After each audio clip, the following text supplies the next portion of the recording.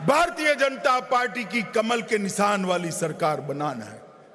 और बहुत कुछ किया है 7 सालों में मोदी जी ने, भारतीय जनता पार्टी की सरकार ने देश के लिए।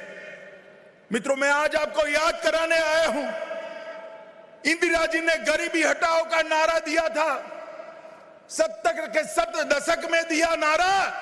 2014 में मोदी जी आए, तब भी करोड़ों गरीबों के लिए घर नहीं था, करोड़ों गरीबों के घर में बिजली नहीं थी, करोड़ों माताएं टहनी और कंडे जलाकर खाना पकाती थी, धुआं खाती थी। गरीब के स्वास्थ्य का कोई ठिकाना नहीं था, गरीब की भूख भरने का कोई रास्ता नहीं था, गरीब मां और बच्ची के लिए शौचालय की व्यवस्था नहीं थी। कांग्रेस पार्टी के नेता जो टीवी पर सुनते हैं, सुन ले, आपने गरीबी हटाने की जगह गरीब हटाओ का काम किया था। गरीब हटाओ का काम, गरीबी हटाने का काम 2014 के बाद जब पूर्ण बहुमत की भारतीय जनता पार्टी की सरकार श्री नरेंद्र मोदी के नेतृत्व में बनी, तब हुआ। और 7 साल के अंदर ही मैं आज कह सकता हूं, हर गांव में बिजली है और हर घर में बिजली पहुंचाने का काम भारतीय जनता पार्टी की मोदी सरकार ने किया है। 11 करोड़ से ज्यादा घरों के अंदर 11 करोड़ से ज्यादा घरों के अंदर शौचालय बनाकर बच्चियों और माताओं को शर्मसार होने से बचाया है। वो आज शर्मसार हुए बगैर अपने घर के साथ अंदर सम्मान के साथ जी रही है। इनके लिए शौचालय की व्यवस्था की, 2 करोड़ से ज्यादा घर बनाए, 13 करोड़ घरों के अंदर 13 करोड़ घरों में गैस का सिलेंडर देकर घरों को धुएं से मुक्त करने का काम भारतीय जनता पार्टी के नरेंद्र मोदी सरकार ने किया है। हर घर के अंदर 5 लाख रुपए का पूरा स्वास्थ्य का खर्चा, ऑपरेशन कराना हो, अस्पताल में जाना हो, दवाई लेनी हो, MRI कढ़ाना हो, कुछ भी करना हो, 5 लाख तक का पूरा खर्चा आज मोदी सरकार 60 करोड़ गरीबों का दे रही है। मित्रों, 60 करोड़। आज गरीब के ऊपर अपने बूढ़े बाप की बीमारी का कोई बोझ नहीं, किसी मजदूर को अपने बच्चे की बीमारी का इलाज करने के लिए किसी के सामने हाथ नहीं फैलाने पड़ता है। इस प्रकार की स्थिति का सर्जन किया है। और कोरोना के बाद काफी लोगों के रोजगार प्रभावित हुए, लंबे समय तक लॉकडाउन रहा, तत्काल काफी सारी दुकानें, सारी फैक्ट्रियां बंद रही, तो गरीब को रोज क्या खाना वो दिक्कत थी। 80 करोड़ गरीबों को देश में मोदी जी ने हर महीना 2 साल तक 5 किलो अनाज देने का काम कर कर गरीब के घर के चूल्हे को जलते रखने का काम किया है। और मैं कांग्रेस के नेताओं को कहना चाहता हूं, जरा आप बताइए कि आपने गरीबी के लिए क्या किया। हाँ, एक काम हुआ है, अभी अभी राहुल बाबा ट्वीट करने लगे हैं। ट्वीट तो करते हैं कम से कम, काम कोई करते हैं नहीं करते हैं मालूम नहीं है। मोदी जी ने पूरे देश भर के अंदर पेट्रोल डीजल के टैक्स घटाए, परंतु राजस्थान एक ऐसा राज्य है जहां के मुख्यमंत्री जी को तिजोरी बहुत प्रिय है, जनता की दिक्कत प्रिय नहीं। मैं गहलोत जी को विनती करता हूं, गहलोत जी, जहां जहां भाजपा की सरकारें हैं उन्होंने भी वेट के अंदर कटौती कर कर पेट्रोल के दाम घटाए हैं। आप अभी भी समझ जाओ, पेट्रोल के दाम घटा दो, वरना जनता राह देखकर खड़ी है, जनता राह देखकर खड़ी है। और मैं भारतीय जनता पार्टी के कार्यकर्ताओं का आह्वान करना चाहता हूं, पूरे देश भर के अंदर भारत सरकार ने टैक्स कम करा है, भाजपा की राज्य सरकारों ने किया है। अशोक गहलोत सरकार कर नहीं रही है, हमने आंदोलन कर कर उनको मजबूर कर देना चाहिए। मित्रों, हम यहां पर सब भारतीय जनता पार्टी की विचारधारा से जुड़े हुए कार्यकर्ता हैं। मोदी जी ने गरीब कल्याण के साथ साथ ढेर सारे इंफ्रास्ट्रक्चर के लिए काम किए। नई शिक्षा नीति को लाकर हमारी बोलियों को, हमारी भाषाओं को मजबूती प्रदान करने का काम किया। ढेर सारे ऐसे कदम उठाए जिसमें हमारी इकोनॉमी दिन दूनी रात चौगुनी बढ़ी है। मगर सबसे बड़ा काम किया उन्होंने देश की सीमाओं को सुरक्षित करने का। मित्रों, 10 साल तक मनमोहन सिंह सोनिया की सरकार चलती थी।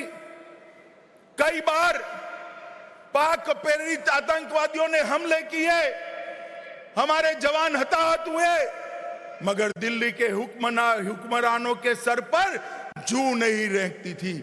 मौनी बाबा मनमोहन सिंह कुछ नहीं बोलते थे।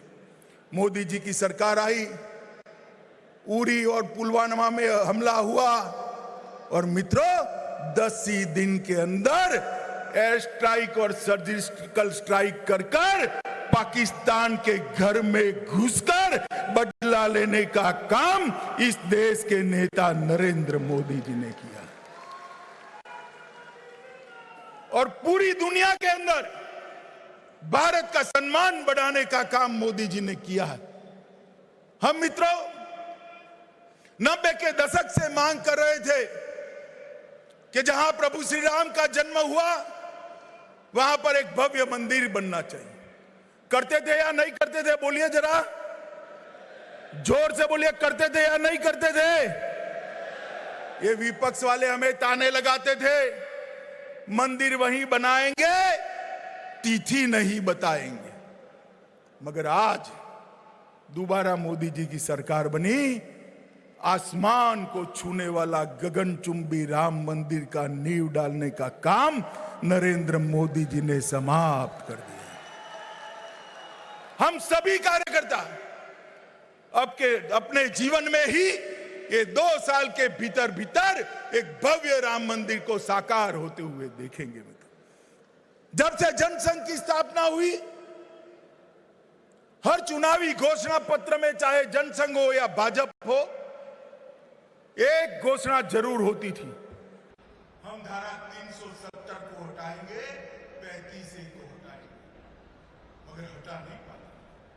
दूसरी बार उन्होंने बहुमत की सरकार ली, मोदी जी ने 5 अगस्त 2019 को धारा 370 को उखेड़ कर फेंक। कांग्रेस विरोध करती रह गई।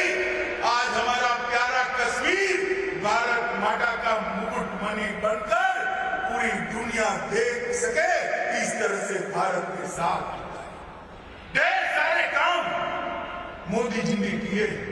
और यहां पर गहलोत सरकार न गरीबों को किसी प्रकार की सुविधा दे रही। वसुंधरा जी की सरकार ने ढेर सारी चालू की हुई गरीब कल्याण की योजनाओं को बंद कर दिया है, तोड़ दिया है, मरोड़ दिया है। ढेर सारे काम जो भारत सरकार करना चाहती है उसमें रोड़ा बनी हुई है। बहुत सारा कर्जा लेकर प्रति व्यक्ति 65,300 रुपए का कर्जा, आज राजस्थान में बच्चा पैदा होता है 65,300 रुपए का कर्जदार पैदा होता है।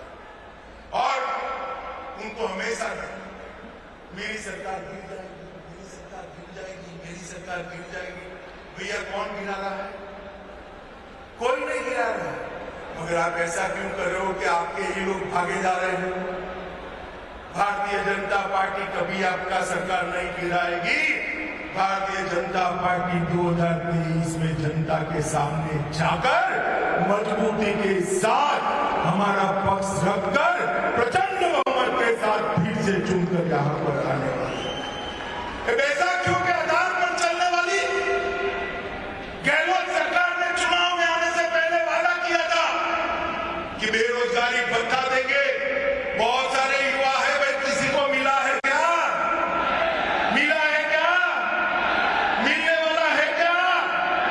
झूठे वादे देकर ये लोग सत्ता में आए हैं, वादा पूरा करने की हिम्मत नहीं है।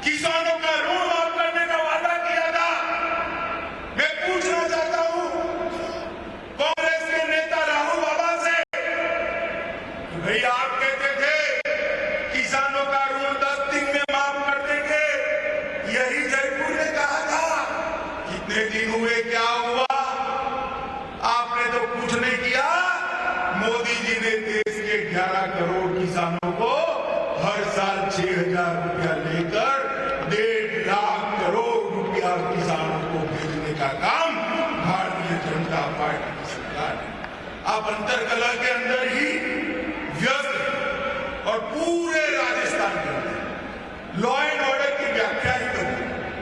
लॉ एंड ऑर्डर का मतलब होता है कानून और व्यवस्था।